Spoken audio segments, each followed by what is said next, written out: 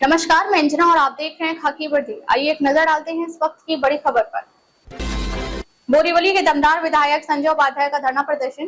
Police, BMC और traffic department के आश्वासन पर धरना किया खत्म। मुंबई के बोरीवली पश्चिम में स्थित महावीर इलाके में अवैध फुटपाथ अतिक्रमण, नशीले पदार्थों की बिक्री, अवैध शराब कारोबार और लगातार बढ़ती ट्रैफिक जाम की समस्या को लेकर स्थानीय लोगों का गुस्सा सड़क पर दिखाई दिया।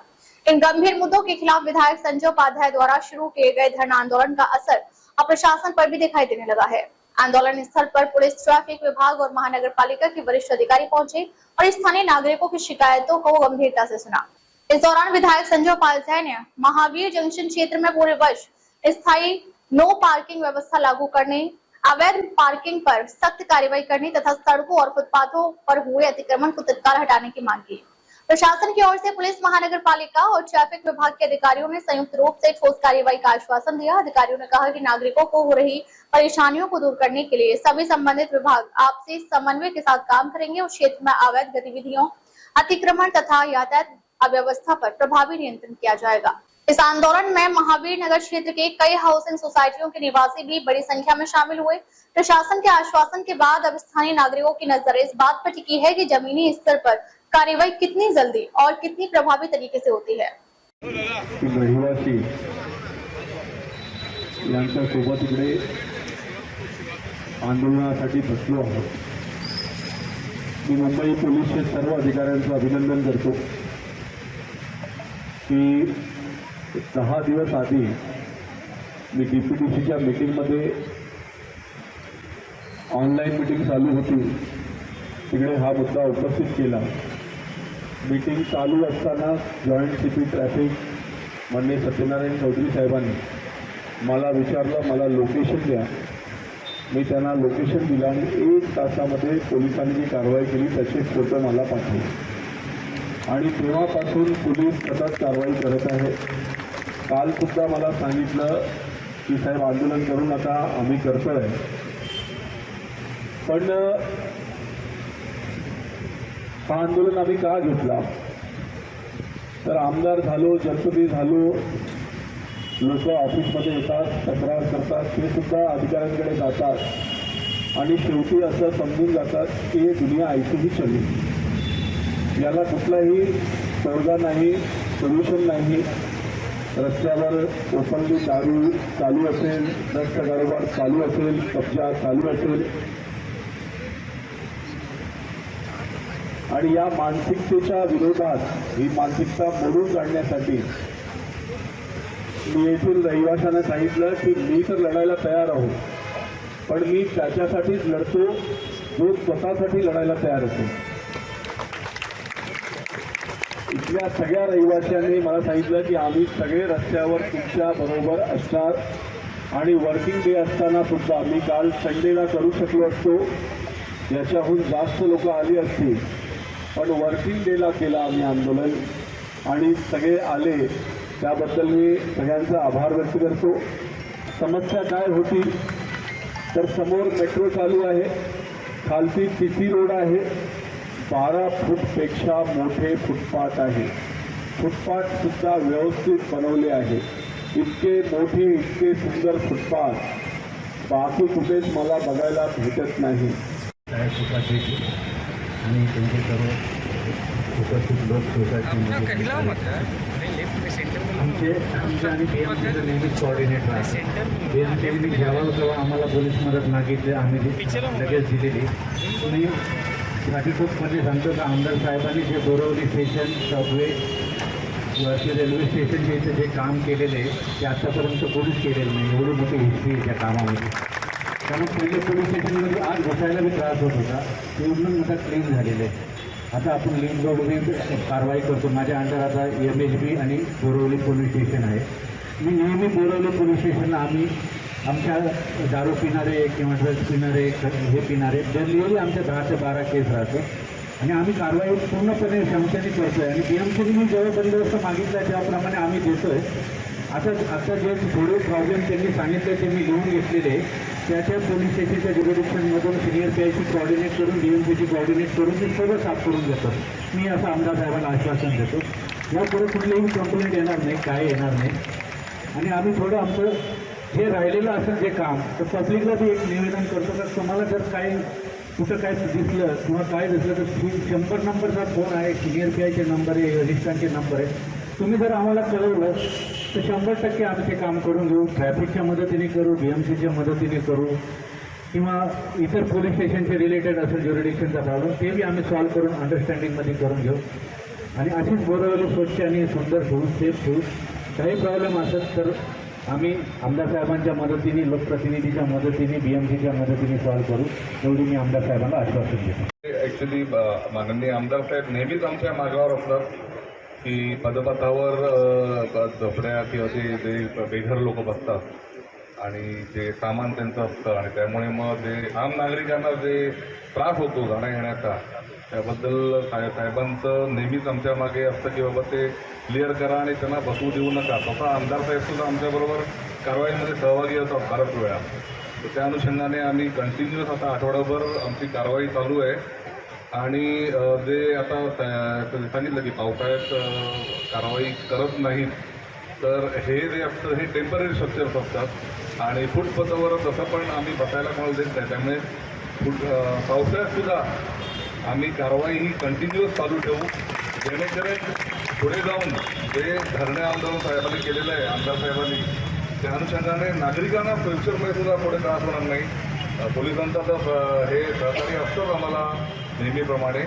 तर ही आम्ही काळजी घेऊ याबद्दल जरा नोंद घ्यावी सर्व नागरिकांनी आणि पुढे आम्ही ही कारवाई अशी चालू ठेवू त्याबद्दल मी ग्वाही देतो. धन्यवाद. खास असं नमूद करून इच्छितो की मागच्या वेळेला आपला खेलो इंडियाचा एक कार्यक्रम असताना त्याची पूर्वतयारी बघण्यासाठी माननीय आमदार साहेबांनी एक संयुक्त पाहणी दौरा केला होता. त्या दौऱ्यामध्ये आम्हाला असं आढळलं होतं की समोरच नाल्याच्या बाजूला बरेचसे लोक राहतात इथे बरेच वर्षानुवर्षे. त्यांच्यावरती कारवाई वारंवार होते परंतु परत लोक असं येतात असं जाणवत होतं. परंतु आम्ही महापालिका आणि पोलीस प्रशासनाने आम्ही थोडंसं त्याच्यावरती वर्कआउट केलं आणि माननीय साहेबांना सांगितलं की साहेब इथे असायची कारवाई करायची आपल्याला तर आपला सपोर्ट आम्हाला असावा, आम्ही इथे कारवाई करायला चालू करू. ते पोलीस प्रोटेक्शन मागवलं.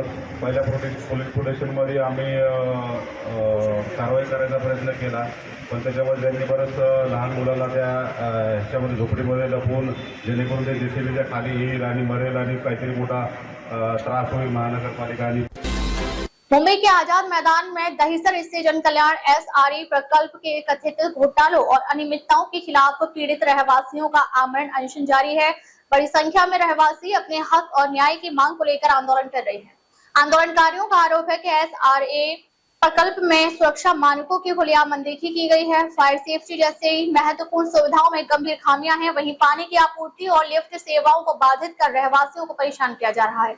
इतना ही नहीं, प्रदर्शनकारियों ने FSI में कथित गड़बड़ी, सार्वजनिक सुविधाओं के लिए आरक्षित जमीन के दुरुपयोग और अन्य कई अनियमितताओं की निष्पक्ष व गहन जांच की मांग भी उठाई है। रहवासियों का कहना है कि प्रशासन की ओर से पहले भी कई आश्वासन दिए गए थे लेकिन आज तक उन पर अमल नहीं हुआ। इसी वजह से उन्होंने चेतावनी दी है कि जब तक उन्हें न्याय नहीं मिलता और उनकी मांगों पर ठोस कार्रवाई नहीं होती तब तक उनका आंदोलन और आमरण अनशन जारी रहेगा। अब सभी की नजरें प्रशासन और संबंधित एजेंसियों पर टिकी हैं कि वे इस मामले में क्या कदम उठाती हैं और पीड़ित रहवासियों को कब तक न्याय मिलता है। क्या आपके पूरे मुद्दे? हम यहाँ पर दहिसर जन कल्याण SRA के रहवासी यहाँ पर आज अनशन पर बैठे हैं। हमारी जो समस्या है हमने SRA प्रशासन को यहाँ पर लिखित तौर पर दी थी और आज हमारी कोई समस्या का सोल्यूशन नहीं हो रहा है, इसलिए हमको ये अनशन का मार्ग, यहाँ पर उपोषण का मार्ग हमको करना पड़ रहा है। आज हमारे जो यहाँ पर रहवासी उपस्थित है सबको प्रॉब्लम है। यहाँ पर सबसे बड़ी प्रॉब्लम है, यहाँ पर हमको SRA ने जो रास्ता दिया वो रास्ता बराबर नहीं है। दूसरी चीज, आज हमको पार्ट ओसी है, पार्ट ओसी होने के कारण भी SRA बोलती है कि हमारे विकासक बोलते हैं कि आपको मेंटेनेंस भरकर आपको लिफ्ट मेंटेनेंस वगैरह सब करना होगा। जब पार्ट ओसी है तो SRA के नियम के अनुसार हमको लिफ्ट मेंटेनेंस 10 साल तक आपको देना चाहिए। लिफ्ट का मेंटेनेंस मतलब 22 माले की बिल्डिंग है, एक लिफ्ट का मेंटेनेंस है 10 लाख रुपया। कंपनी 10 लाख रुपया मतलब 3 लिफ्ट का हो गया 30 लाख रुपया। 5 बिल्डिंग है, 5 बिल्डिंग का मतलब हमको कितना लिफ्ट मेंटेनेंस भरना पड़ेगा। ये बर्डन हम SRA के रहवासी गरीब रहवासी लाएंगे कहाँ से? 10 साल तक उनका मेंटेनेंस फ्री करने के लिए SRA ने हमको सहमति दी है और हमारे पास उनका लिखा है कि 10 साल तक हमको देना चाहिए। फिर भी पार्ट ओसी के कारण यहाँ पर लोगों पर बल जबरन मतलब जबरदस्ती की जाती है कि आप मेंटेनेंस भरो। मेंटेनेंस हम भरेंगे, जो हमारे कायदे अनुसार है वो भर सकते हैं और भरने के लिए लोग रेडी है, लेकिन प्रॉपर्टी टैक्स हो गया, ये लिफ्ट का मेंटेनेंस, ये तो उसने करना चाहिए। हमको रास्ता नहीं है, लास्ट टाइम ये रास्ते की वजह से, और आपको मालूम है कि उस बिल्डिंग को ओसी न होने के कारण वहां पर 7 सितंबर 2025 में आग लगी थी। उस दुर्घटना में 4 लोगों का मृत्यु हुआ था। लेकिन ये सब हम बोलते हैं कि ये जब ओसी नहीं थी तो लोगों को वहां पर रखा क्यों, आपने अलॉटमेंट दिया क्यों? इसका मतलब एक प्रकार का खून हो गया। हम निष्पाप लोगों का खून है वो। आज भी वहां पर पानी नहीं है, लिफ्ट नहीं है, ये सुविधा ना होते हुए भी आप ओसी कैसे दे सकते हो? आप हम SRA प्रशासन से मांग रखते हैं कि जब तक ये हमारे पूरी मांगनी जो हमारे मांगे हैं वो पूरी नहीं होती है, तब तक सेल बिल्डिंग को उनको ओसी न देना चाहिए।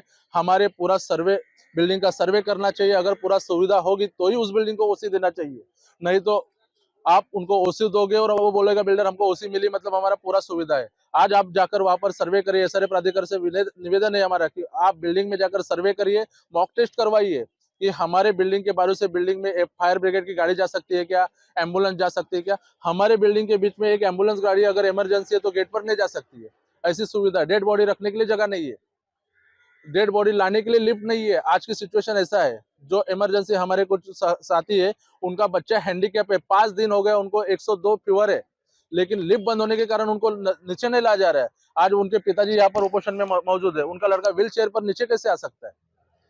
हमारे पीने के पानी में जो लाइन है वो पूरा ड्रेनेज का लाइन साथ में ज्वाइंट किया हुआ है, तो वो ज्वाइंट किया हुआ पानी हमारे पीने के पानी में होता है। SRA के नियम के अनुसार अगर हमको पानी का स्टोरेज लाइन हर कंपनी इस बिल्डिंग के नीचे स्वतंत्र टाकी होना चाहिए, लेकिन हमारे 1 नंबर 2 नंबर बिल्डिंग में स्वतंत्र टाकी नहीं है।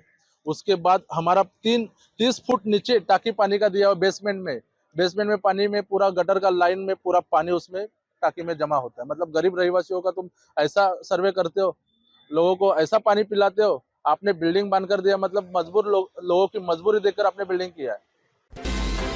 अमरोहा के हसनपुर में उस वक्त हड़कंप मच गया जब एक युवक अपनी पत्नी को बनाने के लिए फिल्मी स्टाइल में गांव की पानी की टंकी पर चढ़ गया। युवक का कहना था कि यदि उसकी पत्नी उसे छोड़कर चली गई तो वह अपनी जान दे देगा। करीब 2 घंटे तक चले इस हाई वोल्टेज ड्रामे ने पूरे इलाके का ध्यान अपनी ओर खींच लिया। मामला हसनपुर क्षेत्र के एक गाँव का है, जहाँ पारिवारिक विवाद के चलते युवक पानी की ऊंची टंकी पर चढ़ गया। टंकी पर खड़े होकर वह अपनी पत्नी को आवाज लगाते हुए उसे वापस आने की गुहार लगाता रहा। युवक बार बार कह रहा था कि यदि पत्नी उसे छोड़कर गई तो पानी की टंकी से कूदकर आत्महत्या कर लेगा। घटना की जानकारी मिलते ही बड़ी संख्या में ग्रामीण मौके पर जमा हो गए। कई लोगों ने पूरे घटनाक्रम को अपने मोबाइल फोन में रिकॉर्ड कर लिया। वहीं किसी ने पुलिस को सूचना दे दी। सूचना पर पहुंची पुलिस ने ग्रामीणों की मदद से युवक को समझाने का प्रयास किया। करीब 2 घंटे की कड़ी मशक्कत और समझाइश के बाद युवक को सुरक्षित नीचे उतार लिया गया। पुलिस ने युवक और उसके परिजनों से बातचीत कर मामले को शांत कराया। घटना क्षेत्र में चर्चा का विषय बनी हुई है। अब तक के लिए बस इतना ही, फिर मिलते हैं एक ऐसी ही बड़ी खबर के साथ। तब तक के लिए नमस्कार और देखते रहिए खाकी वर्दी।